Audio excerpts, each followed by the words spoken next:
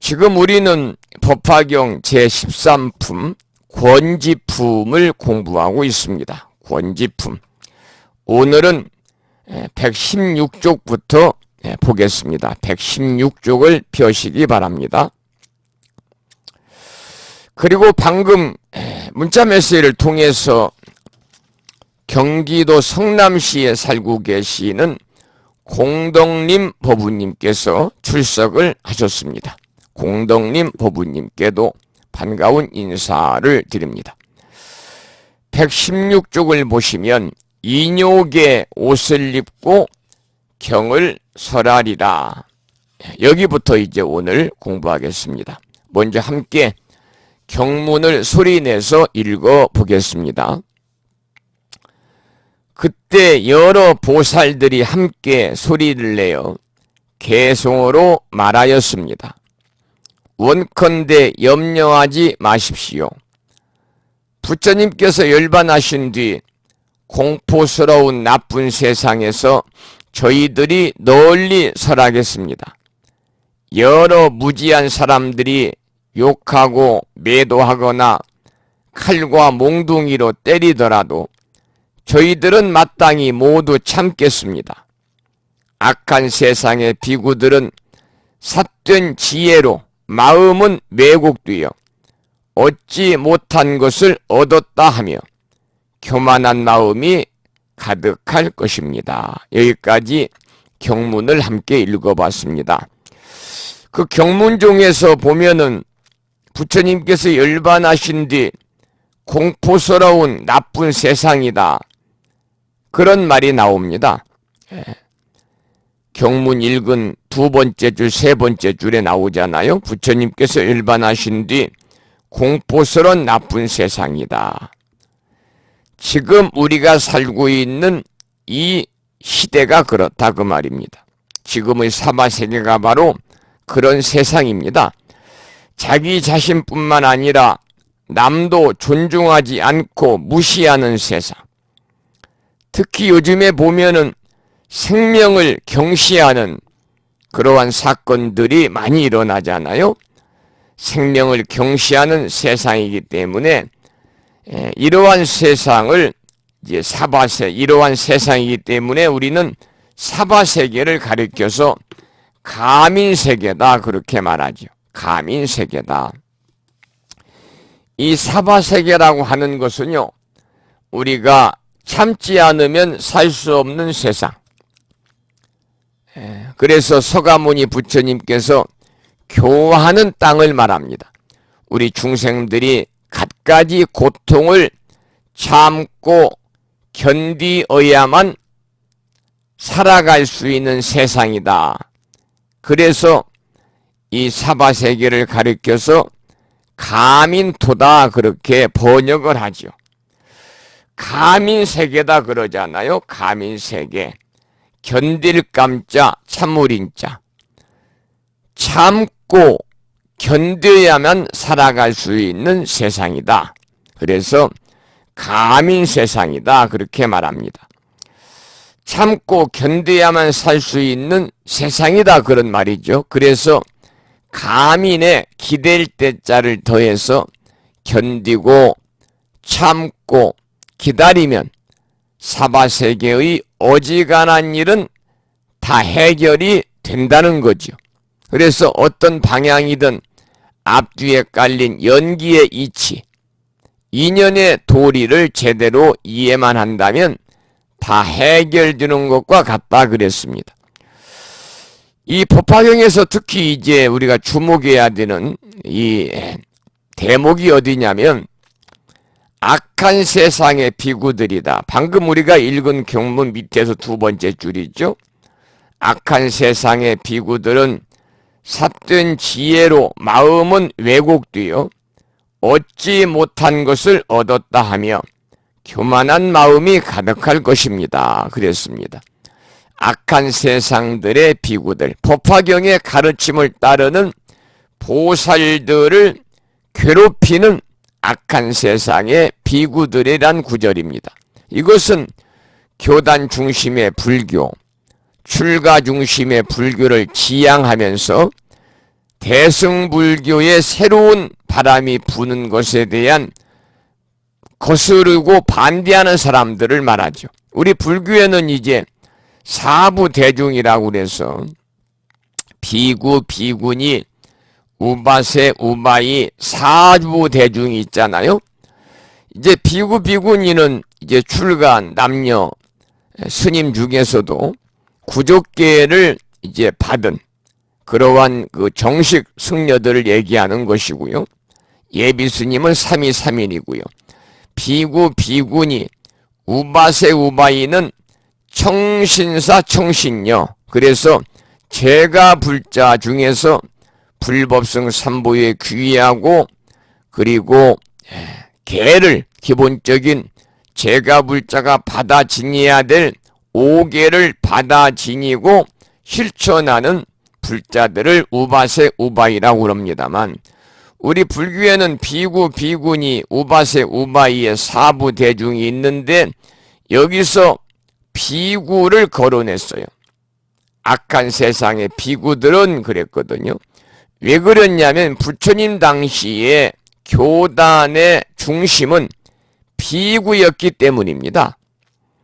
지금도 이제 남방불교권에서는요. 비구니를 인정하지 않는다고 그럽니다. 그래서 부처님의 가르침을 배우고 수행하고 싶어서 출가할 수는 있지만은 비구들과 동등한 출가 수행자인 비구니의 자격은 얻지 못하고 다만 비구들을 시봉하는 여성일 뿐 완전한 불제자가 지금 남방불교에서는 되지 못한다. 이제 그런 말씀도 여기서 나왔네요. 자, 그 다음에 이제 118쪽을 함께 읽어보지요. 혹은 아련하에서 누더기를 입고 한가히 앉아 참된 도를 닦는다면서 사람을 업신여기는 이가 공양과 이익을 탐내어 신도들에게 법문설하여 세상 사람들의 공경받기를 육신통을 얻은 아라한처럼 할 것입니다. 이런 사람들은 나쁜 마음으로 세속의 일만 생각하면서 아련하의 이름을 빌어 우리들의 허물만 들추어 낼 것입니다. 또한 이렇게 말하기를 저 모든 비구들은 공양과 이익을 탐내어 의도의 학설을 말하고 스스로 경전을 조작하여 세상 사람을 속이고 명예를 구하기 위하여 이런 경을 분별하여 해설한다 할 것입니다. 언제나 대중 가운데서 우리들을 회방하면서 국왕, 대신, 바라문, 거사와 다른 여러 비구들을 향하여 우리들이 나쁘다고 비방하기를 이 삿된 소견을 가진 나쁜 사람이 의도들의 학설을 말한다 할 것입니다. 여기까지 읽었습니다만 첫 줄에 보면은 아라냐에서 누더기를 입고 한가히 앉아 참된 도를 닦는다면서 사람을 없이 여기는 이가 이렇게 이제 본문이 시작이 되는데요. 아련야라고 하는 것은 승원입니다. 승원. 아라냐라고도 하는데 소위 요즘 말로 하면 암자나 사찰이나 토굴 그러니까 즉 출가한 스님들이 수행하는 도량을 가리켜서 아련야다 이렇게 말하는데 보편적으로 아라냐, 승원 이렇게 말을 합니다. 여기에 이제 본문에 보면은요. 본문에 보면은 다섯째 줄, 여섯째 줄에 보면 이런 사람들은 나쁜 마음으로 세속의 일만 생각하면서 아라냐의 이름을 빌어 우리들의 허물만 들춰낼 것이다 그랬습니다. 아라냐에 가만히 앉아있는 것이 수행의 전부인 줄로 아는 즉 소견머리가 꽉 막혀있고 암한심이 가득한 사람들이 대승의 보살들을 헐뜯고 비난하는 것을 말하는 거죠. 여기서 보살이라고 하는 것은요, 출가와 재가를 모두 합해서, 출가자와 재가자를 모두 합해서 대승불교 운동을 하는 사람, 즉 부처님의 본래 사상으로 되돌아가려는 사람들을 여기서는 보살이다, 이렇게 말을 하고 있습니다. 옛날 인도에 어떤 바라문 수행자가 있었는데요. 그 바라문의 집 길 건너편에 기생집이 있었습니다. 바라문 수행자는 창문으로 기생집에 드나드는 사람들을 바라보면서 늘 못마땅하게 생각을 했습니다. 한편 기생은 바라문 수행자에게 정말 죄송했습니다. 그래서 항상 참회하는 마음을 가지고 있었습니다. 그 기생은 단 한 번도 수행하지 않았지만 늘 참회하고 또 참회를 했습니다. 그러나 바라문 수행자는 기생집을 보면서 비난하고 싫어하는 마음을 냈습니다. 그래서 그는 기생집에 손님이 올 때마다 돌을 하나씩 모아서 커다란 돌무더기를 만들었습니다. 마침내 이제 임종 때가 가까워진 바라문은 기생을 불렀습니다. 지금까지 자신이 모아온 돌무더기를 보여주면서 이 돌의 개수만큼 수많은 남자들이 나쁜 마음을 가지고 너를 찾아왔다면서 기생을 비난을 했습니다. 그런데 그 말을 들은 기생은 화를 내기는커녕 더욱더 깊이 참회를 하였습니다. 그런데 바라문 수행자는 죽어서 지옥에 떨어지고 기생은 죽어서 천상에 태어났습니다. 지옥에 떨어진 바라문이 너무 화가 나서 염라대왕에게 따져 물었습니다. 평생 독신으로 지내면서 열심히 수행한 나는 지옥에 떨어지고 평생 동안 웃음을 팔며 살아온 기생이 천상에 오르는 것은 옳지 않습니다. 정말 공평하지 못한 일입니다. 라고 바라문이 염라대왕에게 따져 묻자 염라대왕이 이렇게 말을 했다고 합니다. 너는 비록 바라문이었지만 마음이 늘 기생에게 가 있었고 저 여인은 비록 기생이었지만 마음으로 늘 수행자를 생각하며 깊이 참회하며 살았다. 그래서 저 여인은 죄가 하나도 없지만은 너는 네가 모은 돌무더기만큼 죄가 많다 그랬답니다. 이것은 겉으로 보이는 모양이 중요한 것이 아니라 어떤 태도로 살아왔는지가 더 중요한 것을 잘 보여주는 이야기입니다. 또한 이렇게 말하기를 본문 중에 보면은요, 중간에 또한 이렇게 말하기를 저 모든 비구들은 공양과 이익을 탐내어 위도의 학설을 말하고 스스로 경전을 조작하여 세상 사람을 속이고 명예를 구하기 위하여 이런 경을 분별하여 해설한다, 이렇게 나와 있습니다. 어떤 보살 비구가 법화경을 설하거나 여러 사람들에게 알리는 보살을 소승이 이렇게 비방할 것이다, 그런 말입니다. 지금도 소승불교를 익힌 사람들은 법화경을 부처님의 학설이 아니다라고 말을 하니까요. 그래서 특히 이제 남방불교권 태생의 사람들은 소승불교를 지향하기 때문에 대승불교를 아예 모르기 때문에 이제 그런 말을 하지 않습니다만, 그런데 그곳에서 남방불교를 공부하고 온 한국 사람들이 비방하는 경우가 많다는 거죠.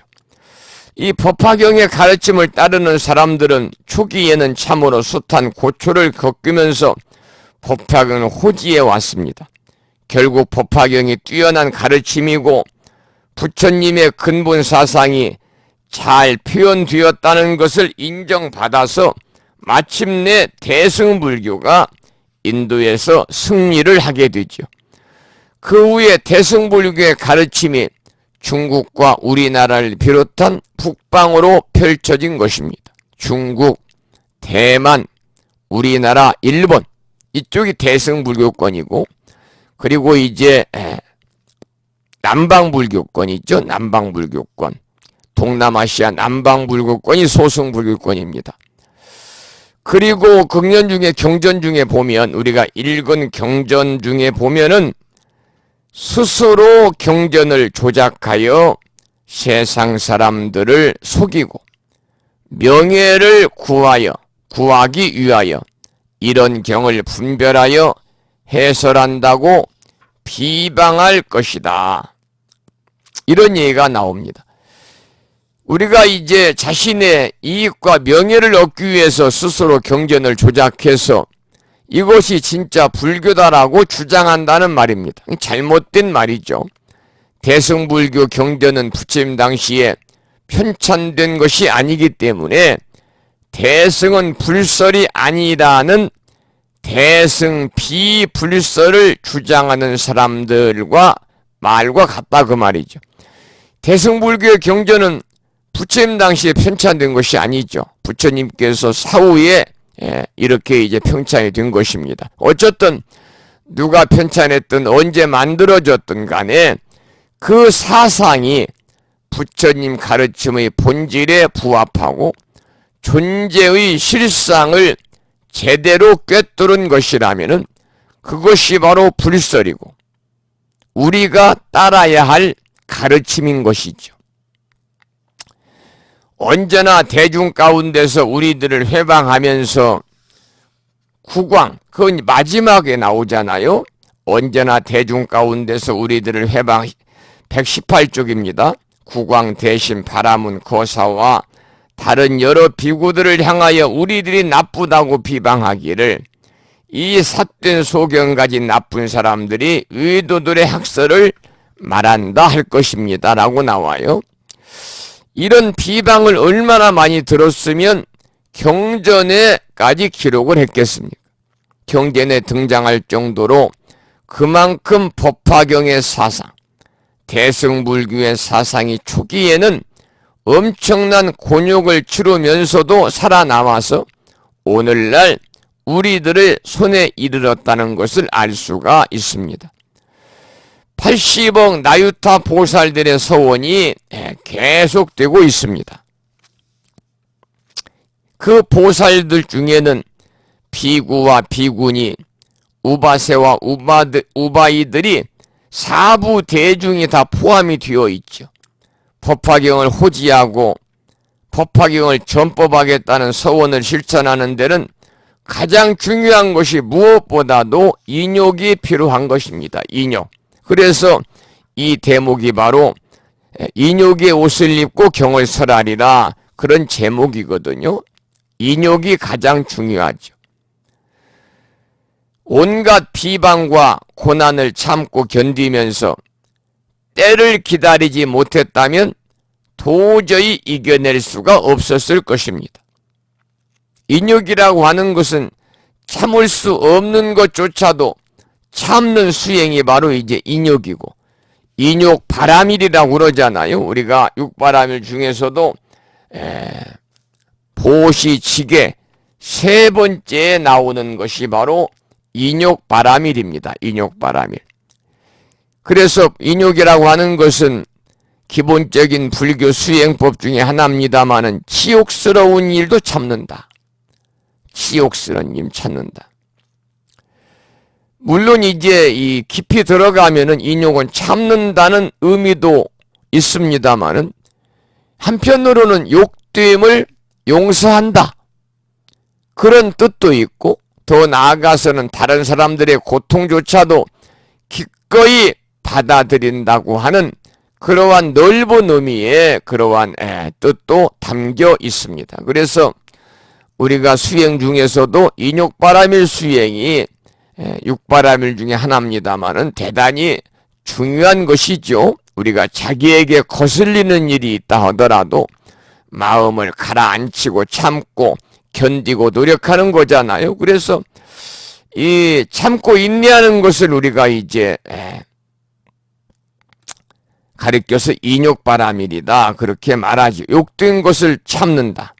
욕된 것을 참되 참는다는 마음을 우리가 이제 가진 것이라면은 참는다는 마음 자체도 사실은 바라밀 수행에서는 욕된 것이 욕됨을 참되 참는다는 마음조차도 갖지 않아야만이 진정한 인욕바라밀의 수행이다 그렇게 말씀을 드릴 수가 있지요. 그리고 이제 뒤에 보면은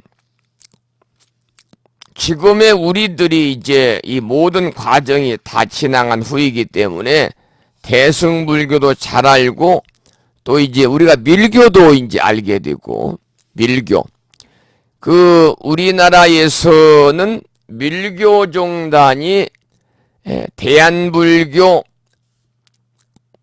진각종이 밀교종단입니다. 대한불교 진각종.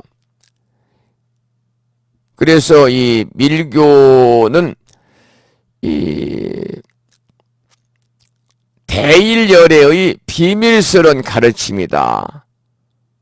그래서 이제 이 대일열애 그 밀교에서는 진리를 있는 그대로 드러낸 우주 그 자체를 의인화해가지고 이제 그 대일열애라고 그럽니다만 우리나라에서 그 이 밀교란 말 그대로 비밀스러운 가르침이다 그런 말입니다. 그래서 이 불교의 다른 교설들이 모두 드러내놓고 설해진 가르침이 현교인데 현교의 반대인 말입니다. 현교의 반대. 현교는 부처님의 모든 교설들을 모두 드러내놓고 설해진 가르침이 현교인데 현교에 반해서 밀교라고 하는 것은 이 자신들의 그러한 가르침은 본래 부처님의 심중에 감추어져 있는 것으로서 스승과 제자 사이에서만 은밀히 전소되는 교임을 표방하는 거고 우리나라에서는 대한불교 진각종이 이제 밀교 종단이죠. 그래서 밀교 종단도 있고 또 선불교까지 우리는 잘 알고 있습니다. 그런 마당에 법화경의 가르침이 그리 대단해 보이지 않을 수도 있겠습니다만 그러나 마음이 부처다. 사람이 부처다 하는 소리에 마음이 부처요 사람이 부처다라는 소리를 귀에 못이 박힐 정도로 들어왔기 때문에 우리가 너무나 익숙해져서 귀한 줄을 몰라서 그렇지 법화경이 처음 나왔을 때 마음이 부처다 심즉불이요 또는 사람이 인불사상을 우리가 강조했을 때는 참으로 혁명적이었다 그 말입니다. 그래서 이 법화경의 가르침을 전하는 데에 어려움이 많았다. 이제 그런 말씀이죠. 그래서 인욕의 그러한 마음으로 많은 사람들이 법화경을 수지 독송하고 전해왔기 때문에 지금 우리가 이 시간 법화경 경전을 대하면서 공부를 할 수가 있는 거예요. 그러면 인욕의 옷을 입는 이유는 무엇인가에 대해서 함께 경문을 읽어보겠습니다. 123쪽입니다. 우리는 부처님을 공경함으로 여러 가지 욕설을 다 참을 것입니다. 참는 게 인욕이니까요. 그들이 가볍게 말하되 그대들이 다 부처다라고 하더라도 이렇게 업신여기는 말을 우리는 모두 참아내겠습니다. 5가지 흐린 세상에서 여러 가지 무서운 일, 많아 나쁜 귀신이 그의 몸에 씌어 우리에게 욕하고 회방하여도 우리는 부처님을 믿음으로 참음의 갑옷을 입을 것입니다. 이 경전을 설하기 위해 모든 어려운 일을 참아야 하나니 우리는 목숨까지도 아끼지 않고 최상의 도를 애호합니다. 우리들이 오는 세상에서 부처님의 부촉을 호지하겠습니다. 세존께서 살펴주소서. 오타각세의 나쁜 비구들은 부처님의 방편으로 알맞게 말씀하신 법을 모르고 욕설도 하고 얼굴 찡그리며 비난도 하고 때로는 종종 몰아내쫓아 절에서 멀리 떠나게 할지라도 이와 같은 여러 가지 나쁜 일들을 부처님의 부촉을 생각하여 모두 다 참겠습니다. 이게 이제 인욕의 옷을 입는 이유지요. 여기 본문에 보면은 두 번째 줄에 그대들이 다 부처다 라고 하더라도 이렇게 업신여기는 말을 우리는 모두 참아내겠습니다 라는 말이 나와요. 우리가 법화경에 대한 이야기를 하다 보면 오냐 그래 네가 부처다 하는 소리가 나오게 되어 있지요. 진심으로 상대가 부처님이라고 인정하는 말이라면 괜찮겠지만은 오냐 그래 네가 부처다라는 말은 사실 이 말은 비꼬는 소리입니다. 이렇게 비꼬아 사는 말까지도 모두 참아내겠다는 말이에요. 이렇게 비꼬아서 이야기하는 말조차도 모두 참아내겠다. 경전을 설하기 위해 모든 어려운 일을 참아야 하나니 우리는 목숨도 아끼지 않고 최상의 도를 애호합니다 라는 말이 본문에서 나옵니다. 본문에서 나옵니다.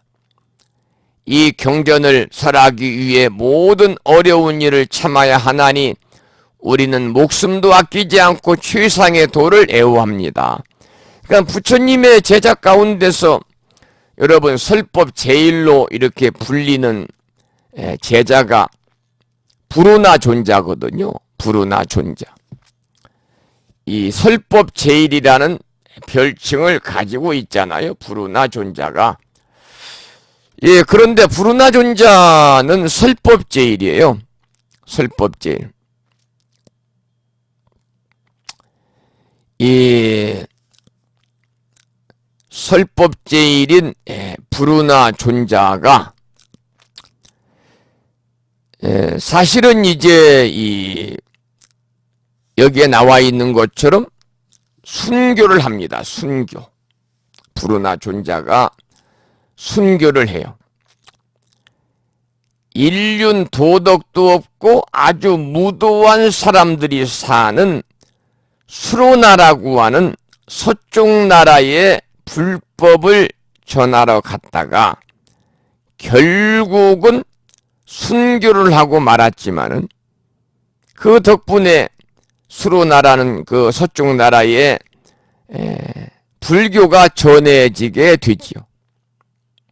부르나 존자가 수로나국에 가서 포교를 하겠다고 하니까 부처님께서 물었습니다. 부처님께서 부르나여, 서방의 수로나국에 사는 사람들은 성질이 사납고 성질이 매우 거칠다. 만약에 그대들이 너를 업신여기면서 욕을 하면 어떻게 하겠느냐 이렇게 부처님이 물으니까 부르나가 이렇게 대답을 해요. 욕하는 정도는 달게 참을 수가 있습니다. 그들이 나를 때리지 않는 것을 고맙게 여기겠습니다. 그러자 부처님이 또 물어요. 그들이 너에게 욕을 하면서 몽둥이나 돌로 너를 치고 때린다면은 어떻게 하겠느냐? 그러자 부르나가 대답하기를 몽둥이나 돌로 치고 때리더라도 제가 달게 참겠습니다. 나를 죽이지 않는 것을 고맙게 여기겠습니다. 이렇게 대답을 합니다. 그러자 부처님이 또 부르나에게 이렇게 이야기를 했습니다. 그들이 몽둥이나 돌로 때리면서 혹 너를 죽이려고 하면 어떻게 하겠느냐? 그러자 부르나가 대답하기를 세존이시여 이 몸은 어차피 죽을 몸인데 부처님의 바른 법을 전하다가 죽는 것을 저는 영광으로 알겠습니다. 그러자 이 부르나의 진실한 마음을 확인하신 부처님께서 부르나에게 이렇게 말씀을 하십니다. 부르나여, 너는 참으로 인욕을 성취하였구나. 그 정도의 각오와 서원이라면 수로나국의 난폭한 사람들 속에서 머물면서 불법을 전하도록 하여라. 그래가지고 부르나는 수로나국에 가서 전법을 해서 500명의 비구를 얻고 500명을 교화해서 출가시켜서 비구로 만들고 무려 500개의 승가람 사찰을 세웠습니다. 그러나 부르나존자가 돌아오지 못하고 끝내 수로나국에서 열반에 들었습니다. 이 얘기는 자바함경 부르나경에 자세히 이렇게 나옵니다. 우리가 부르나존자를 설법제일이라고 일컫는 것은 부르나존자가 설법도 잘하고 깨달음도 뛰어나지만 법을 전하기 위해서 목숨까지 바친 것을 칭송하는 겁니다. 쉬운 일이 아니잖아요. 부처님 법을 전하기 위해서 부처님에게 말씀드리기를 세존이시여, 이 몸은 어차피 죽을 몸인데 부처님 바른 법을 전하다가 죽게 되면 저는 그것을 영광으로 알겠다. 이 정도로 이제 그 부처님 법을 전하기 위해서 목숨까지도 바치고자 하는, 바칠 수 있다고 하는 대단한 각오를 우리는 칭송하는 거죠.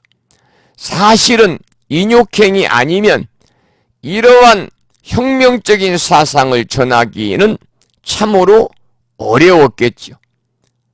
그리고 인욕은 아까도 말씀을 드린 것처럼 육바라밀에도 포함이 되잖아요. 그래서 우리가 보시바라밀, 지게바라밀, 그리고 세 번째로 인욕바라밀이 나오는 거죠. 하나의 인욕도 수행입니다. 우리가 참을 수 없는 것을 참는 것도 하나의 커다란 수행이죠. 그래서 여러분들께서도 욱하고 올라오는 그러한 이 우라, 성냄, 이런 것들, 분노, 이런 것들을 여러분들이 스스로 잘 참아내셔야 됩니다. 그럴 때 우리가 수행자로서의 그러한 삶을 이어간다, 그 말이죠. 우리가 이제 참는 것도 하나의 지혜입니다. 지혜. 우리가 이제 참지만 참는다는 마음조차도 가지지 않을 때 진정한 인욕바라밀 수행을 하는 거예요. 우리가 참기 어려운 일을 능히 참는 수행이 인욕바라밀이라는 말씀을 드렸습니다만, 모든 일이라고 하는 것은요, 참고 노력이 없으면 어때요? 이루어질 수가 없는 것이거든요. 남에게 분한 일도 당하고, 때로는 살다 보면은 어때요? 억울한 일도 우리가 때로는 당할 때도 있고, 또 본인의 의지와는 상관없이 다른 사람들로부터 음해를 당할 수도 있고, 그럴 때 우리가 그것을 참고 견디고 더 나아가서는 자비의 마음으로 상대를 용서해 주는 마음이 진정한 인욕바라밀입니다. 그래서 인욕은 성내는 마음을 잠재우는 것이죠. 우리 마음 가운데 독이 되는 것이 세 가지가 있잖아요. 탐냄, 진심, 노여움, 어리석음. 그 우리 마음 가운데 독이 되는 두 번째 진심을 우리가 억누르는 것이 바로 인욕바라밀이에요. 그래서 인욕바라밀은 나라는 것에 집착해서는 이루어지지 않습니다. 여러분이 지혜로운 눈으로 보면요, 나라는 것은 일시적인 인연의 소산일 뿐이지 사실은 실체가 없는 거지요. 그런 나를 집착해서 그 자존심을 내세우고 남이 나를 무시한다든가 또 나를 알아주지 않을 때 분심, 성냄을 내게 되는데, 우리는 성을 내는 것은요, 화를 내는 것은 왜 내느냐? 아상이 많기 때문에 그래요. 아상이. 그래서 아상이 많기 때문에 화를 내는 건데, 그러나 본래는요, 나라는 것도 없고 나라는 것이라는 것도 없다는 사실을 우리가 알아야 돼요. 그래서 금강경 부처님께서는 그렇게 말씀을 하셨잖아요. 옛날 가리왕이 내 몸을 마디마디 잘랐을 때에 나에게 아상인상, 중생상, 수자상이 있었더라면 응당 분한 마음이 일어났으리라. 그러나 나는 그런 마음이 없었느니라. 이렇게 금강경에서 가르침을 주고 있습니다. 바로 이제 부르나 존자가 목숨까지 바친 것을 우리는 칭송을 하는 겁니다. 인욕행이 아니었다면 이러한 혁명적인 사상을 전하기가 참으로 어려웠을 것이다.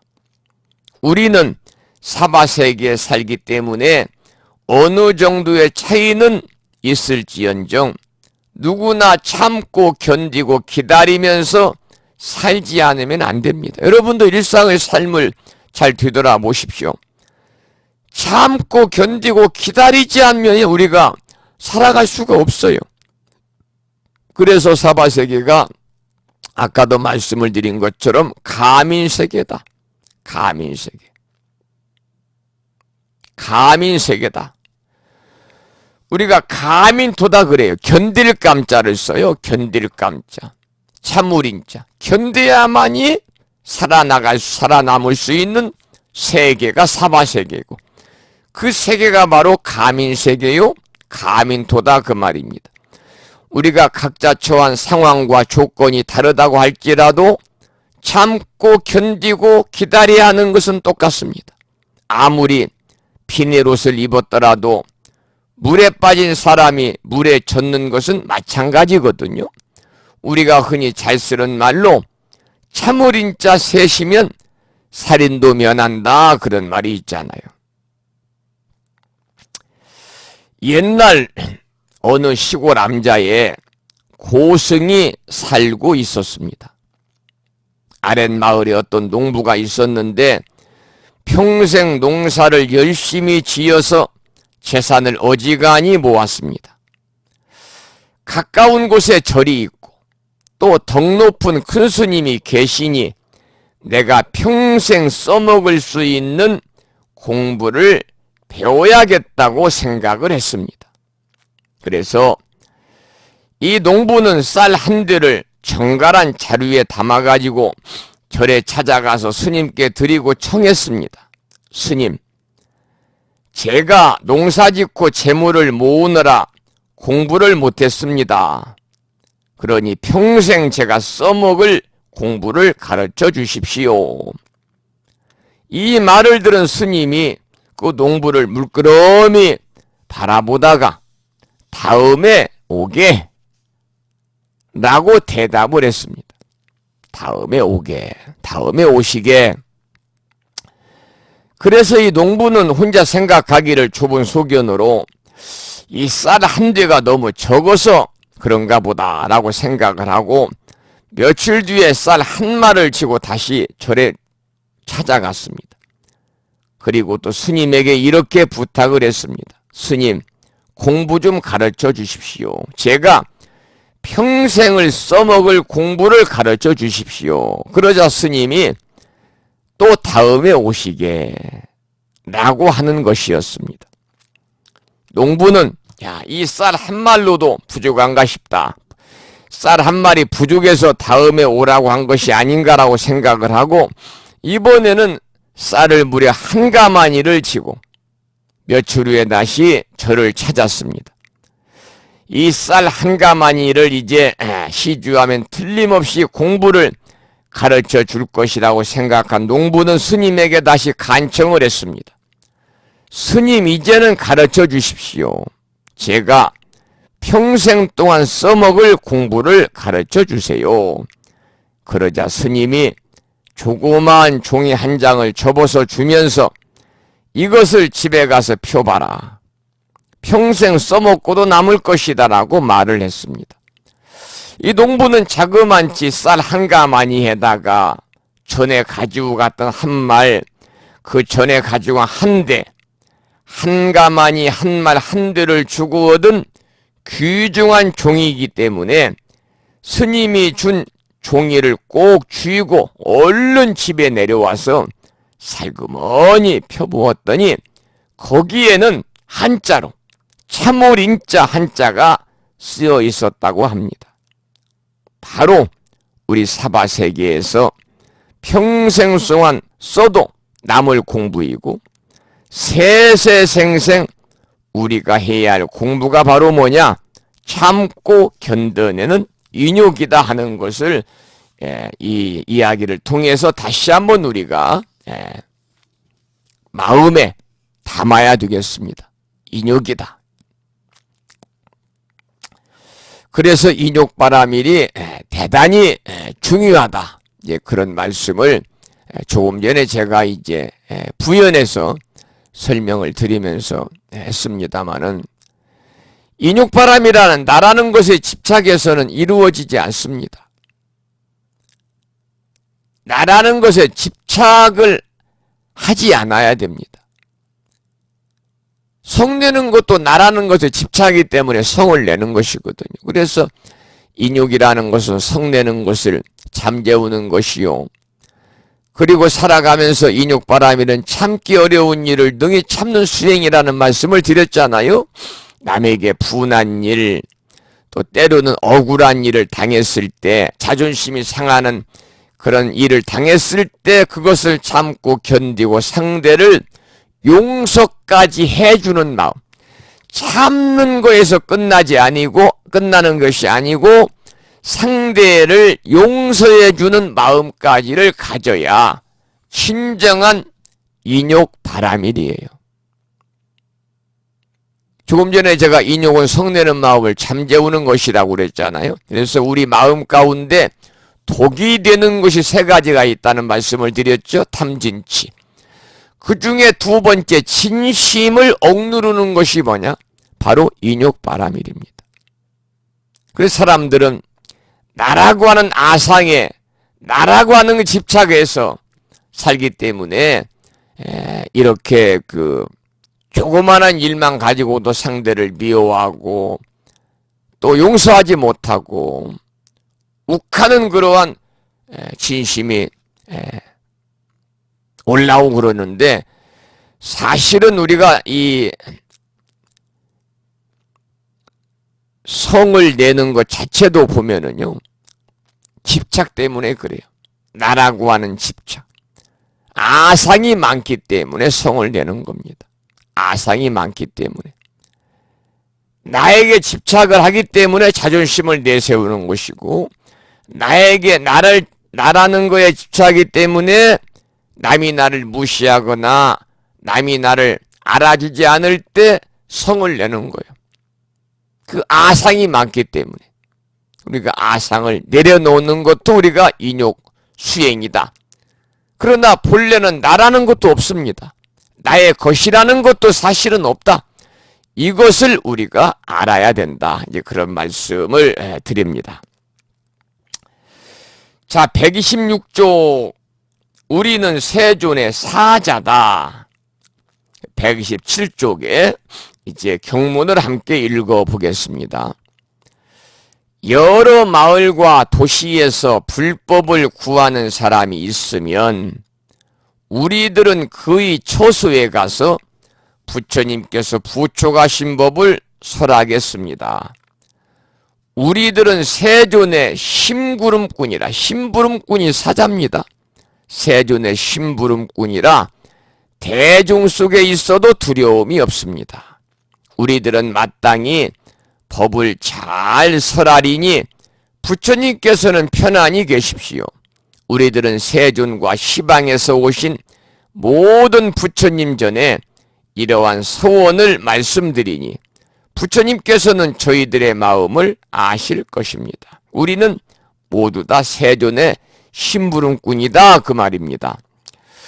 지금 우리는 제13권 법화경 권지품을 공부하고 있는데 이 권지품은 대승불교의 가르침이 뿌리내리기까지 헤쳐온 수많은 고난과 역경을 이야기하고 있습니다. 사람들에게 비난도 받고 매도당하고 비웃음 사는 것도 모자라서 심지어 절에서 쫓겨나는 일도 자주 있었습니다. 기존에 자리 잡고 있던 세력 때문에 대승이 퍼지기가 어려웠던 것이죠. 비행기를 타고 잠깐이면 먼 나라로 갈 수 있는 교통수단이 발달하고 휴대전화나 인터넷과 같은 통신수단이 발달한 요즘 세상에서도 미얀마나 태국이나 우리가 이제 자주 성지순례 해외 성지순례도 가고 해외여행도 가는 동남아 쪽에 미얀마나 태국이나 스리랑카 같은 나라가 이제 남방불교권인데 이러한 남방불교권에서는 아직도 대승불교의 가르침이 전파되지 않았어요. 남방불교권에서는요, 법화경뿐만이 아니라 화엄경이나 금강경도 아예 찾아볼 수가 없어요. 대승의 가르침은 그들이 터부시에서 받아들이지 않습니다. 불교에서 최초로 발달한 선불교가 지금 미국이나 유럽에 굉장히 퍼져 있죠. 심지어 선문답 한두 마디 할 줄 모르면 지성인 취급도 못 받을 정도이지만은 태국이나 미얀마에는 선불교가 들어갈 수가 없어요. 이것만 보더라도 경전에 나온 내용이 상당히 납득이 간다, 이제 그런 말이죠. 자, 이렇게 해서 이제 우리가 제13품 권지품을 마쳤습니다만 권지품에서는 핵심적인 내용이 오늘 공부한 인욕에 관한 이야기입니다. 인욕에 관한 이야기고, 그리고 이 인욕 수행을 통해서 이 부처님의 법을 우리가 널리 전하자 하면서 이제 거기에 10대 제자 중에 이제 설법제일인 부르나 존자의 이야기까지 함께 나와서 우리가 그 내용을 함께 살펴보면서 공부하는 시간을 가졌습니다.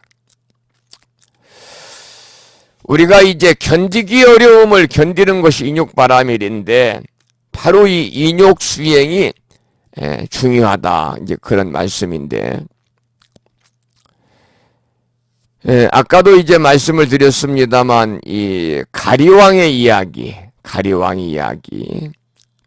부처님께서 수행을 하시다가 인욕선인이었을 때 가리왕이 신체를 칼로 그냥 해를 입혔음에도 조금 더 아프거나 괴롭다는 마음을 갖지 않았거든요. 또 원망하는 마음도 안 가졌어요. 왜 그러냐면 이제 바로 이제 인욕 바라밀의 그러한 결과죠. 그래서 그것이 바로 인연이 돼가지고 이제 부처님이 됐습니다만, 다시 부연하자면 인욕바라밀은 참을 수 없는 것을 참는 것이다. 그러니까 누구나 참을 수 있는 것을 참는 것은 어때요? 인욕이라고 할 수 없습니다. 그러니까 참을 수 없는 것을 참는 것, 이것이 쉬운 일이 아니잖아요. 그래서 우리가 이러한 관념들을 전부 다 우리가 내려놓을 때, 참을 수 없는 것조차 우리가 내려놓을 때 우리는 이제 상을 내려놓는다. 특히 아상, 인상, 중생상, 수자상 중에서도 나라고 하는 그러한 그 아상을 우리가 내려놓는 것이 진정한 인욕을 실천하는 것이다. 이렇게 이제 인욕바라밀에 관한 말씀을 매듭을 질 수가 있겠습니다. 그러면 제 14품이 이제 안락행품인데, 안락행품 129쪽에 있습니다. 안락행품입니다. 자, 이제 우리가 조금 전까지 공부한 13품 권지품에서는요, 어떠한 어려움도 감수하고 인욕하면서 법화경의 가르침을 널리 펼 것을 소원하는 내용이었습니다. 거기에 반해서 안락행품은 그 제목 그대로 편안할 안자, 즐거울 낙자, 행할행자거든요. 그래서 힘들고 어려운 상황에서 전법을 한다 할지라도 편안하고 그리고 즐거운 마음으로, 즉 여법한 행으로 법을 펴라, 그런 내용이죠. 그러니까 우리가 힘든 일을 할 때라도 힘들다는 마음으로 하면 실제보다 더 힘들지만 힘든 일도 편안하고 즐거운 마음으로 하면요, 힘든 줄 모르고 쉽게 할 수 있잖아요. 어떤 사람이 3, 4kg 정도 하는 무거운 짐을 지고 뻘뻘 땀을 흘리면서 높은 산을 올라가고 있었는데 누군가가 강제로 시켜서 하는 것이라면 죽고 싶을 정도로 힘들겠죠. 그러나 반면에 자신이 원해서 하는 일이라면은 아무리 무거운 짐을 지고 아무리 높은 산을 올라간다 할지라도 즐거운 마음으로 기꺼이 올라갈 것입니다. 그래서 안락한 마음 자세와 유의 있는 여법한 행을 지키면 아무리 힘든 일이라도 힘들지 않게 할 수 있다, 이런 말이고요. 그리고 여기서 말하는 이제 이 4가지 안락행이 나옵니다. 4가지 안락행. 몸, 입, 마음, 서원입니다. 그래서 이제 앞으로 4가지 안락행에 대해서 이 경전에서 이제 공부가 되겠습니다만은, 여기서 말하는 몸과 입과 마음과 그리고 서원의 4가지 안락행은요, 부처님의 가르침을 펴는 훌륭한 일을 할 때 지켜야 하는 행동 지침입니다. 마음 자세는 어떻게 하고, 행동은 어떻게 하고, 말은 어떻게 하는지 하는 것이 좋은지를 이제 설명을 자세히 하고 있는데, 이 4가지 안락행은 오늘날의 불자들에게도 마찬가지로 적용이 되는 것이죠. 그래서 이 안락 행품에는요, 우리가 이제 법화 치료를 이제 오래전에 법화경 하면서 여러 번 공부를 했습니다. 법화 치료에, 법화 칠유에 관해서 여러 번 공부를 했는데, 이 첫 번째가 이제 그 비유품에 나오는 화택 비유, 두 번째가 신해품에 나오는 궁자 비유, 세 번째가 약초유품에 나오는 그 이 약초 비유, 네 번째가 제7품 화성유품에 나오는 화성 비유, 다섯 번째가 이제 500제자 수기품에 나오는 개주 비유까지 우리가 이제 공부를 했고, 이 법화경에는 방금 말씀드린 비유품, 신해품, 약초유품, 화성유품, 500제자 수기품 우리 다 배웠어요. 그리고 지금 이제 오늘부터 공부하는 안락행품, 그 다음 마지막 열의 수량품에 7가지 비유가 나와요. 이것을 가리켜서 법화칠유라고 그래요. 법화칠유. 그런데 법화칠유 중에서 오늘은 안락행품, 안락행품. 이제 제14품이 안락행품인데, 여기에 나오는 이제 왕계 비유라는 게 있어요. 왕계 비유, 왕계 비유. 계명주의 비유다, 이렇게 말합니다마는, 이 전쟁에 나가서 공을 세웠을 때 그 부하에게 땅이나 보물을 줄지언정 전륜왕의 상투 속에 있는 구슬을 주지 않는 법이다, 그 말입니다. 전쟁에 나가서 공을 세우면 그 부하에게 땅이나 또는 보물은 주는데 전륜성왕의 상투 속에 있는 구슬은 주지 않는다는 법이다. 이게 왕계 비유인데, 왕계 비유. 이 계자는 상투계자입니다. 상투계자. 상투계자예요. 계명주다 그럽니다. 상투계자, 발글명자, 구슬주자. 상투 속에 있는 구슬이다 그 말이에요. 왜 그러냐면 그 구슬은 하나뿐이기 때문에 권속들이 크게 놀라기 때문이라는 거죠. 이것은 부처님이 중생들로 하여금 멸독케 해서 열반에 이르게 하였지만은 법화경을 설하지 않았다는 겁니다. 그러니까 열의 으뜸 가는 법인 법화경을 이제서야 설해주는 것은 뭐냐? 왕이 자신이 상투 속에 있는 구슬을 내어주는 것과 같다.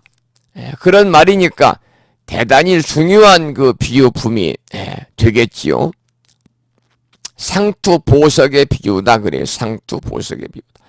그러니까 전륜성왕이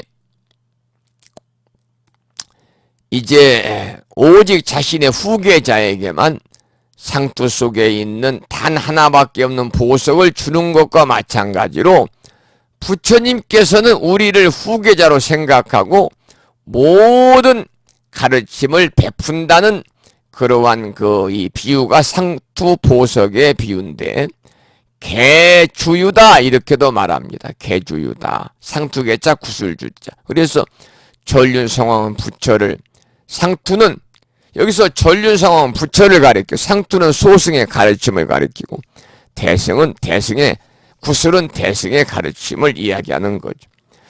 거기 130쪽의 중간에 보면은요, 안락행품에는 법화 치유 가운데 6번째 비유인 계명주의 비유가 등장합니다. 이때 계자는 상투계자라고 그랬어요. 머리 상투 트는 거요.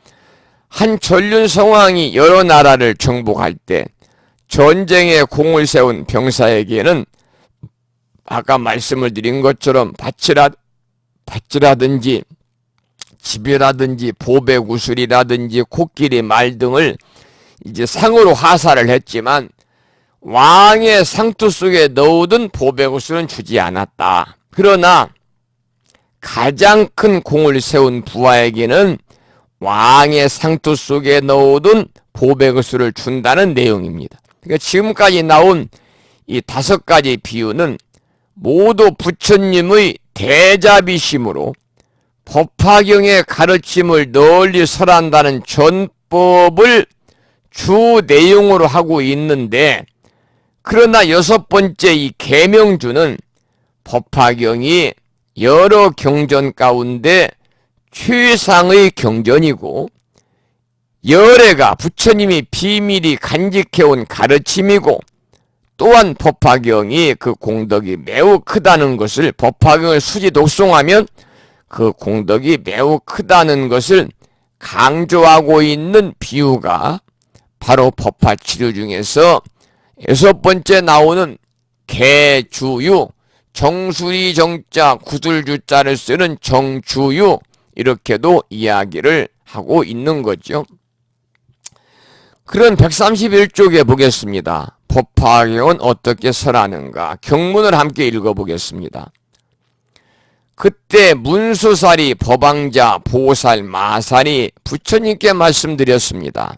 세존이시여, 이 보살들이 매우 희유하여 부처님을 순종하는 까닭에 큰 서원을 내고 미래의 나쁜 세상에서 이 묘법연화경을 보호하고 지니며 읽고 해설하려 합니다. 세존이시여, 보살 마살이 미래의 나쁜 세상에서 어떻게 하면 이 경을 설할 수 있겠습니까? 부처님께서 문수사리에게 말씀하셨습니다.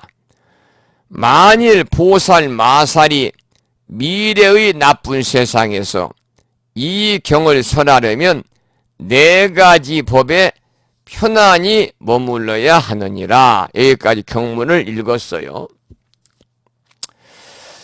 그 해설에 보면 이렇게 나옵니다. 출가 수행자든 제가 불자든 부처님의 가르침을 따르는 불제자는 불제자라는 자부심이 있는 사람이라면은 응당 언제 어디서나 여법하며 유의가 있는 행을 지켜야 됩니다. 유의라고 하는 것은요, 중요한 거지요. 출간 수행자나 또 이 강의를 듣는 제가 불자인 우리 법우님들이 도덕적인 덕을 실현하기 위한 규범을 가르쳐서 유의라고 합니다. 그러니까 부처님의 가르침을 따르는 불제자라면은 출가 수행자든 제가 불자든 간에 부처님의 가르침을 따르는 내가 불제자다 하는 자긍심, 소위 자부심을 갖고 있다면 응당 어디서나 여법하고 유의 있는 행을 지켜야 된다. 그러기 위해서는 마음과 몸과 입으로 행하는 모든 행위가 부처님의 가르침에 어긋나지 않아야 한다는 겁니다. 부처님의 가르침에 마음과 몸과 입으로 신구의 삼업으로 우리가 업을 짓지 않아야 된다. 부처님의 가르침 법안에서 어긋나지 않는 삶을 살아야 된다. 그렇지 않으면은 삼보에 누를 끼치는 거죠. 우리가 불보순 삼보에 귀의한다는 것은요, 우리가 부처님 가르침 법안에서 불자로서의 참된 삶을 살아가겠다고 하는 약속이거든요. 우리가 일반 가정에서도 자녀가 잘못하면 부모를 비롯해서 가족 전체에게 허물이 돌아가는 것과 마찬가지다 그 말이. 그래서 참다운 법화 행자라면은 보살다운 행과 품위가 있어야 된다 그 말입니다. 여러분도 이제 법화경을 공부하는 법화 행자니까 진정으로 보살다운 행을 하셔야 되고 진정으로 보살다운 품격을 갖추셔야 된다 그 말이죠. 그러기 위해서는 방금 말씀드린 것처럼 마음과 몸과 입으로 행하는 모든 행위가 부처님의 가르침에 어긋나지 않아야 되고 여러분들의 삶이 언제나 여법하고 부처님 법안에서 유의 있는 행을 지켜야 된다. 바로 그런 얘기입니다. 이런 원칙을 염두에 두고 네 가지 안락행을 찬찬히 살펴보면은 이것이 바로 당시 사람들의 관념의 근거에서 품위를 지키는 법이구나 하고 우리가 느끼고 이해하게 된다는 거죠. 그러면서 그 깊은 뜻을 음미해 보면 오늘날에도 여전히 그 원칙이 적용이 되어야 한다는 것을 알게 될 것이다. 바로 그런 얘기인데 그 중에 이제 첫 번째 몸의 안락행에 관해서 공부하겠습니다. 몸의 안락행. 첫째 보살의 행할 곳인데요. 경문을 읽어보겠습니다. 132쪽입니다. 첫째는 보살의 행할 곳과 친근할 곳에 편안히 머물러야 중생들에게 이 경을 널리 설할 수 있느니라. 문수살이여 무엇을 보살 마살에 행할 곳이라 하는가? 만일 보살 마살이 욕됨을 참는 자리에 머물러 있다면 부드럽고 화평하고 착하고 순종하면서 포악하지 않아야 하며 마음에 놀라지도 않아야 하느니라. 또 법에 대하여 행한다는 것이 없이 행하며 모든 법의 실상과 같이 관찰하며 또한 행함도 없고 분별하지도 않아야 하느니라. 이것을 보살 마살에 행할 곳이라 하느라. 행할 곳이라는 것은 바로 이제 거기에 가로 열고 한자로 써 있는 것처럼 행처를 얘기하죠. 행할 곳이라 하느니라. 이 네 가지 안락행 가운데 이제 몸의 안락행에 관한 말씀입니다. 몸의 안락행에는 행처와 친근처에 두 가지가 있다 그랬어요. 행처와 친근처. 먼저 행처는 즉 행동의 지침이다. 행동 범위에 대해서 말씀하고 있는 거예요. 우리가 부처님 법을 공부하는 불자로서 가져야 할 마음가짐의 첫째는 아까 말씀드렸던 욕됨을 참는 것이다. 즉 인욕이다 그랬어요. 인욕이다. 욕됨을 참는 것이 부처님 법을 공부하는 불자로서 가져야 될 마음가짐의 첫 번째다. 인욕하는 사람의 특징은 부드럽고 화평하고 착하고 순종하면서 포악하지 않고 놀라지 않는 것이다. 인욕하는 사람은 그 사람의 말보다도 인욕하는 그 사람 자체가 좋아서 사람들이 따라가게 된다는 거예요. 어떤 말을 하느냐보다는 어떤 행동을 하느냐가 상대방에게 더 큰 영향을 미치잖아요. 우리가 포교할 때도 행동은 올바르게 하지 않고 말로만 그럴싸하게 부처님 법을 이야기해도 하면 상대방이 감동받지 못해요. 감동받아야 포교가 성공하는 건데, 그래 중요한 것은 행이죠. 행. 얼마만큼 불자로서의 올바른 행을 하고 사느냐. 그래서 이 비불자들이 볼 때 저 사람은 정말 절에 다니는 사람으로서 살아있는 부처님이다, 살아있는 보살님이다라고 생각을 하면 자연적으로 포교가 되는 거죠. 그것이 바로 세상의 포교 방법이거든요. 그래서 인욕하는 사람은 누구나 좋아하고 그 사람을 신뢰하게 됩니다. 우리가 뛰어난 언변으로 남을 가리키는 것보다는 인욕하는 자세가 더 중요하다 그 말이죠. 인욕하는 자세. 또한 법에 대해서는 행한다는 것이 없이 행해야 된다. 그렇게 나와요. 본문에. 또 법에 대해서는 행한다는 것이 없이 행하며 모든 법의 실상과 같이 관찰하며 또한 행함도 없고 분별하지도 않아야 하느니라. 이것을 보살 마살에 행할 곳이라 하느니라. 본문에서 우리 읽었습니다. 행하면 행하고 행하지 않으면 행하지 않는 것이라고 보통 사람들은 생각을 하지요.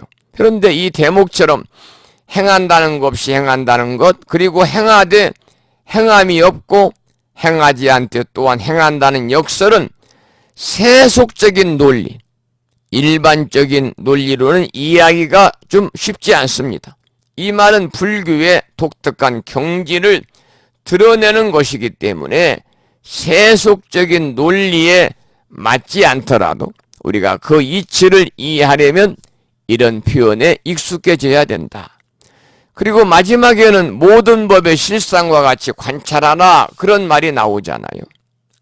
모든 법의 실상과 같이 관찰하며 또한 행함도 없고 분별하지도 않아야 하느니라. 이것을 보살 마살에 행할 곳 행처라 하느니라. 이렇게 경문에 읽었습니다만 모든 법의 실상과 같이 관찰하라 그랬어요. 모든 법의 실상, 모든 존재의 실상을 안다는 것은 참으로 어려운 일이죠.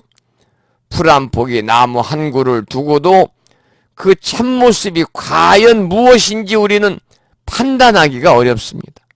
이러한 보살의 행처, 이러한 보살의 행할 곳, 행처, 보살의 요건을 갖추는 것도 참으로 쉽지 않다. 이렇게 이제 해설이 결론을 맺었습니다.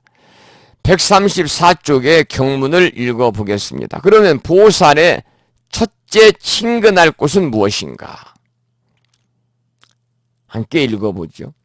무엇을 보살 마살에 친근할 곳이라 하는가? 보살 마살은 국왕이나 왕자나 대신이나 관원들은 친근하지 말라.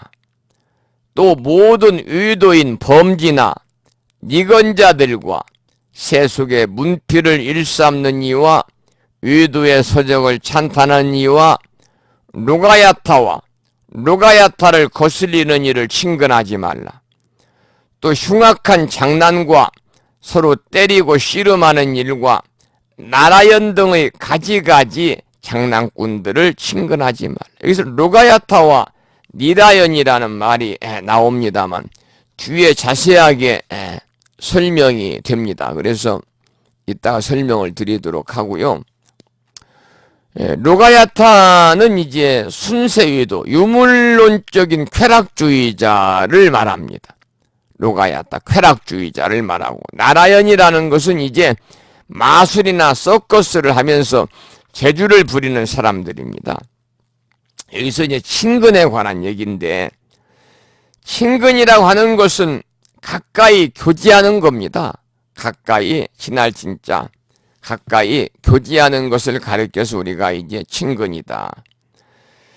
법답지 않은 요소들과 타협한다든지 또는 그것에 빠지는 것을 경계하는 말입니다.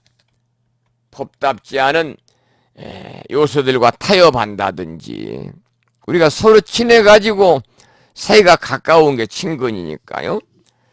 그런 것에 빠지는 것을 경계하는 뜻인데, 부처님의 가르침을 펴더라도 마음으로는 조심하면서 전법해야 한다. 우리가 전법을 하려고 하다가 본래 뜻을 잃어버리고 법답지 않은 것으로 빠지지 않도록 조심하라, 그 말입니다. 전법을 하려고 하다가 본래 그 뜻을 잃어버리고 법답지 않은 곳으로 빠지지 않도록 조심하라. 그래서 이 내용에 보면은 보살 마살은 국왕이나 왕자나 대신이나 관원들을 친근하지 말라, 그런 말이 나오잖아요. 이 말은 뭐냐면, 국왕이나 왕자, 대신, 관원들 다 권세 있는 사람들이잖아요.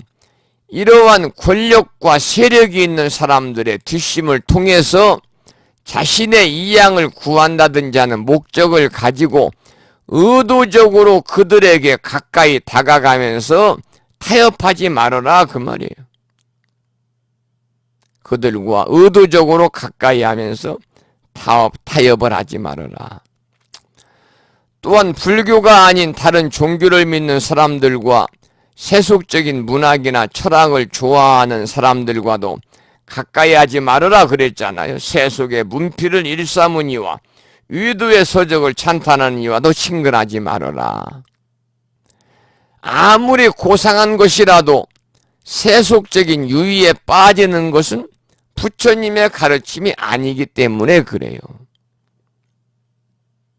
스님들도 머리 깎고 출가했으면서도 문학을 한다고 하고 그림을 그린다고 하고 노래를 부른다고 하는 것은, 이 세속적인 취미를 주로 삼는 것은요, 사실은 출가자의 길이 아닙니다. 그런데도 세속적인 취미를 자랑으로 삼는 경우가 있죠. 물론 출가자의 길은 아닙니다마는 교화의 방편으로 생각하는 경우도 있습니다. 예전에는 부처님 초기 경전에 보면은요, 수행자들은 가무를 하지 말아라. 노래하거나 춤을 추지 말아라. 지금은 이 참불가를 부르는 스님들이 또 유명하지 않습니까? 참불가의 내용이 부처님의 가르침의 내용을 가지고 중생을 제도하는 교화의 방편으로 하고 있는데, 중요한 것은 뭐냐면 주종이 바뀌어서는 안 된다는 거예요. 출가자의 마음 자세, 출가자로서 행이 먼저고 그 다음에 방편으로 노래를 부르거나 아니면 글을 쓰거나 그림을 그리거나 운동을 하라, 그 말이죠. 여기에 보면은 저자가 자주 읽는 일본의 고전 수필집 도연추에 관한 이야기가 있는데 이런 얘기네요. 어떤 사람이 나중에 법사가 되고 싶어서 무슨 공부를 해야 하는지 알아보았습니다. 법사가 되면 말을 타고 법회에 가기도 하고 제가 신자의 집에 초청받기도 하니 먼저 말을 탈 줄 알아야겠다는 생각이 들었습니다. 그래서 말을 한 마리 사가지고 말 타는 법을 배웠습니다. 또 살펴보니 좋은 자리에 가서는 노래도 한 곡 하는 것을 보고는 노래하는 법을 또 배워요. 이러다 보니까 한량들이 하는 것을 먼저 배우게 된 거지요. 시간은 흘렀지만 정작 법사가 갖추어야 할 불법에 대한 공부는 하나도 하지 못했다는 이야기가 있어요. 그러니까 세속의 취미나 세속의 문필은 가까이 하지도 말아야 하는데 이것을 일로 삼는 것은 참으로 앞뒤가 맞지 않다 그 말입니다. 주객이 전도돼서는 안 된다 이제 그런 말씀이고, 그리고 여기에 나오는 로가야타, 아까도 말씀을 드렸습니다만 로가야타라는 말이 나오잖아요. 순세의도다. 유물론자를 말합니다. 유물론자. 유물론적인 쾌락주의자를 로가야타고, 로가야타를 거슬리는 일을 친근하지 말아라 그랬거든요. 또 흉악한 장난과 서로 때리고 씨름하는 일과 나라연 등의 가지가지 장난꾼들을 친근하지 말아라. 그러니까 로가야타는 유물론적인 쾌락주의자고, 이 로가야타를 거슬리는 이는 쾌락주의자를 말하고, 나라연이라는 것은 아까 말씀을 드린 것처럼 재주 부리는 사람, 마술이라든지 서커스를 통해서 재주 부리는 사람을 말합니다. 이런 사람들과 함께 흉한 장난이나 무술이나 씨름을 좋아하는 일들도 가까이 하지 말아라. 이런 사람들도 자기들이 하는 일에 너무 빠져있기 때문에 가까이 하다가 오히려 그 사람들로부터 나쁜 물이 들 수 있다. 그래서 가까이 하지 않는 것이 좋고, 가까이 하더라도 조심해라. 바로 이제 그런 얘기죠.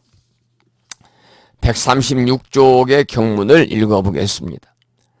또 전타라와 돼지, 양, 닭을 키우는 이와 사냥하고 고기 잡는 나쁜 짓을 하는 이들을 친근하지 말아야 하느니라. 이런 사람들이 만일 오거든 그들에게 법을 말하여 줄 뿐이고 바라는 바가 없어야 하느니라. 또 성문송을 구하는 비구, 비구니, 우바세, 우바이들을 친근하지도 말고 무난하지도 말아야 하느니라. 방 안에서나 거닐 때나 강당에서도 함께 있지도 말라. 혹시 찾아오더라도 적당하게 법을 말하여 줄 뿐 바라는 일이 없어야 하느니라. 여기 보면 전타라와 돼지, 양, 닭을 키우는 이와 사냥하고 고기 잡는 나쁜 짓을 하는 이들을 친근하지 말아라 그랬어요. 전타라라는 것은 뭐냐면 소나 돼지를 도살하는 백정을 얘기합니다. 백정. 지금이야 뭐 이런 표현이 이제 뭐 맞지도 않고 이런 말을 써서는 되지도 않습니다만은 옛날은 백정이다 그래가지고 천민집단을 얘기하는 거죠. 천민집단. 그래서 조선시대에는 도살업, 이 살아있는 짐승을 죽여가지고 소위 육류를 판매하는 업을 주로 하던 천민층을 이야기했습니다. 백정이라는 것이. 그래서 전타라는 소나 돼지를 도살하는 백정을 말하고, 백정이나 가축을 키우는 것을 업으로 하는 이들, 사냥꾼이나 어부들처럼 생명을 앗아가는 것을 업으로 하는 이들도 가까이 하지 말아라 그랬어요. 백정을 업으로 하는 사람을 가까이 하면서 부처님께서는 그런 일을 하지 말라고 하셨다고 말하기 어렵습니다 라는 말이 나와요.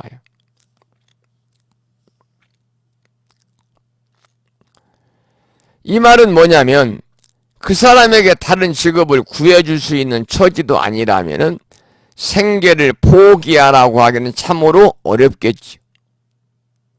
그러다 보면 먹고 살기 위해서는 그런 일을 해도 됩니다 하고 타협을 하게 됩니다. 일부러 찾아가서 가까이 지내지 않더라도 그들이 나를 찾아와서 법문을 요청한다면 설법을 하되 그 이상을 발휘해서는 안 된다는 거죠. 그러니까 청정하지 않은 수단으로 쌓은 재물이나 이익을 발휘해서는 안 된다 그 말입니다. 그리고 출가 수행자라고 하더라도 대승법을 구하는 이가 아니라면 가까이에서는 안 된다. 출가 수행자라 할지라도 대승법을 구하는 이가 아니면 가까이 하지 말아라. 가까이 하다가는 나도 그들과 함께 물들어 버릴 수 있기 때문에 그래요. 그래서 같이 머물지도 말고 혹시 나를 찾아오더라도 기대하는 마음을 갖지 않는 게 좋다. 우리가 이제 어떤 바람직하지 않은 일들도요, 가까이 하게 되면 나도 모르게 거기에 물이 들어요. 그걸 우리가 사자성어로 뭐라고 그럽니까? 근묵자억이요 근주자적이다, 그런 말이 있어요. 그게 이제 고사성어에도 있는 말입니다만은, 이 먹물 근처에 있으면요, 가까울 근자 묵자죠. 이 먹물 근처에 있으면 자흑 까만색으로 물들어요. 그러니까 먹물 가까이 있으면 까만색으로 물들고, 근주자적이라 붉은색 근처에 있으면 빨갛게 물이 든다. 그러니까 우리가 일반적으로 친구를 사귀어도 바른 사람과 가까이에서 보시되면 바른 사람이 되지만은, 바르지 못한 사람과 자주 어울리게 되면은요, 자신도 모르게 바르지 못한 사람이 되는 거죠. 그래서 이 맹모 삼천지교라는 말도 있잖아요. 우리가 이 고사성어 중에 근묵자억이요 근주자적이란 말의 중요성을 우리가 다시 한번 마음에 새길 필요가 있습니다. 가까울 끈을 시작으로 해서 먹묵자고, 그리고 이제 이 사람 자자, 놈 자자지요. 검을 흑자를 써서 검은 것을 가까이 하는 사람은 검은 사람이 된다는 말로, 검은 것을 담게 된다는 말로 이해할 수가 있고, 또 이제 근주 자적이라 가까울 끈자 붉을 주자를 쓴 다음에 다시 사람 자자와 붉을 주자를 써서 붉은 것을 가까이 하는 사람은 붉은 것이 된다, 바로 그런 말이 되겠습니다마는, 이 맹자의 어머니가 아들인 맹자를 위해 3번이나 이사를 했다는 것은 너무나 유명한 그런 말이잖아요. 바로 이제 그런 말입니다. 자, 그 다음에 이제 보면은요, 그리고 출가 수행자라 할지라도 대승법을 구하거나, 구하는 이가 아니라면 가까이 하지 말아라. 가까이 하다가는 나도 그들과 함께 물들어 버릴 수 있다. 그래서 같이 머물지도 말고 혹시 나를 찾아오더라도 기대하는 마음을 갖지 않는 게 좋다, 그 말이죠. 남방으로 다니면서 남방의 소승불교에 젖어버린 사람은 어떻게 구지할 방법이 없다는 거예요. 짧은 생각으로는 만나서 토론도 하고 의견 교환도 하면 좋지 않겠나 생각할 수 있지만은, 그들과 친근하게 지내다 보면 나 자신도 흔들릴 수가 있다. 이제 그런 말이죠. 9시 31분인데요. 오늘은 여기까지만 시간을 지켜서 공부를 하겠습니다. 1시간 30분이 훌쩍 지나갔고요. 이제 다음 시간, 오늘이 지금 약사제일이잖아요. 음력으로 6월 초 8의 날인데요. 다음 주는 미타제일, 음력 보름보표의 날 여러분 뵙겠습니다. 그날이 제헌절입니다. 그래서 7월 17일 날 138쪽부터 공부를 할 테니까요. 시간이 계신 분들은 집에서 한번 복습도 하시고 미리 공부할 부분을 한 번쯤은 우리가 읽어보시라, 그런 말씀을 드리고 싶습니다. 자, 오늘은 우리가 이제 제13품 권지품을 이제 마무리를 했고요. 그리고 나서 제14품을 지금 공부했죠. 제14품 안락행품까지 시작을 해서 오늘 1시간 30분 동안 함께 공부를 했습니다.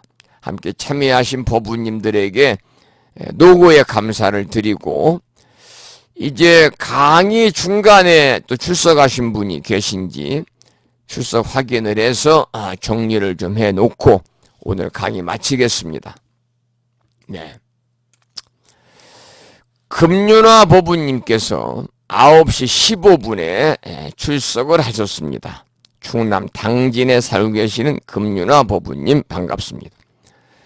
도심거사님께서도 아까 그 장례식장에 빈수에 들린다고 그랬습니다만 집에 들어와서 늦게 출석하셨다는 말씀을 하셨습니다. 출석하셨습니다. 그리고 다른 분들은 다 이제 정시에 출석을 하셨고요. 오늘 결석하신 분 불러보겠습니다.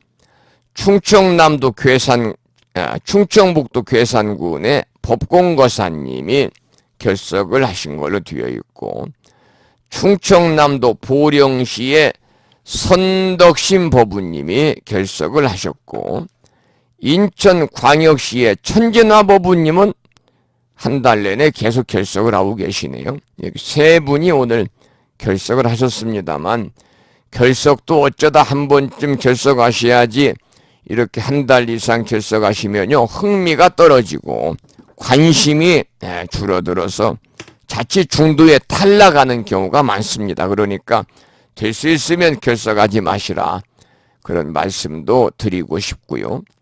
오늘 또 오후에 학자님께서 전화를 주셔가지고, 학장님이 이제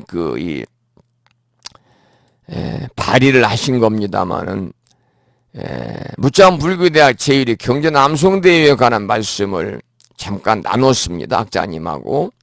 여러분들 기간이 아직도 많이 남았잖아요. 7, 8, 9, 10, 11, 5개월 남았으니까 여러분들 많은 분들이 도전하십사, 그런 말씀을 드리고, 혹시라도 여러분들이 잘못 알고 있을 것 같아서 다시 한번 말씀을 드리면, 암송대회는 1단계, 2단계, 3단계로 나누어 실시하는데, 1단계는 천수경 원문, 반야신경 원문과 불자 법의집에 나와 있는 438자로 구성된 표준 우리말 반야신경에다가 7원 39로 되어 있는 210자의 법성계까지가 1단계입니다. 천수경, 반야신경, 법성계 1단계고, 2단계는 화엄경 약찬계 7원 710자로 구성된 약찬계, 이산년 선사 발언문이라고 되어 있는데, 2단계는요 1단계를 다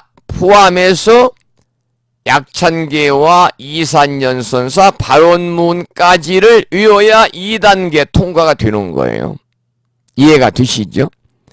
3단계는 1단계, 2단계 플러스 금강경 원문 5149자다, 그런 말씀입니다. 그렇게 이해하시고, 혹시라도 1단계는 천수경, 반야신경, 법성계고 2단계는 약찬계와 이산연선사 발음만 외우면 되겠네, 이렇게 생각하시면 안 되고요. 2단계는 1단계를 다 외우고 거기에 약찬계와 이산연선사 발언문이 들어간다. 3단계는 1단계, 2단계를 다 외우고 금강경을 외울 때 3단계를 통과하는 것이다. 이렇게 자세하게 말씀을 제가 드리니까요. 여러분들 오해하지 마시고요. 이렇게 도전하시기 바라고, 이제 이 학자님께서 경전암송대회에 관한 아이디어를 제공하셔가지고 이렇게 행사를 준비하고 있는 것은 뭐냐면, 우리가 경전 독송 그 자체만으로도 훌륭한 수행이라는 거예요. 경전을 수리 독송하는 것 자체만으로도 공덕이 한량이 없다고 경전에서는 말씀하고 있는데, 그런데 경전을 외워가지고 날마다 기도한다면 어떻겠어요? 그 공덕이 이루 말할 수 없이 수승하겠죠.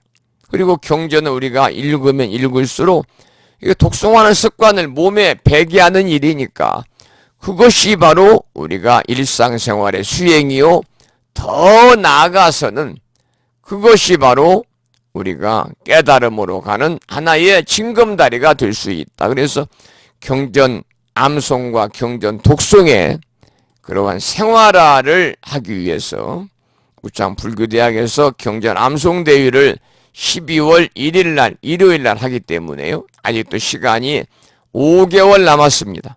열심히 외우셔가지고 여러분들 암송대회에 많은 분들이 출전을 하시기를 부탁을 드리면서 오늘 강의를 여기서 마치도록 하겠습니다.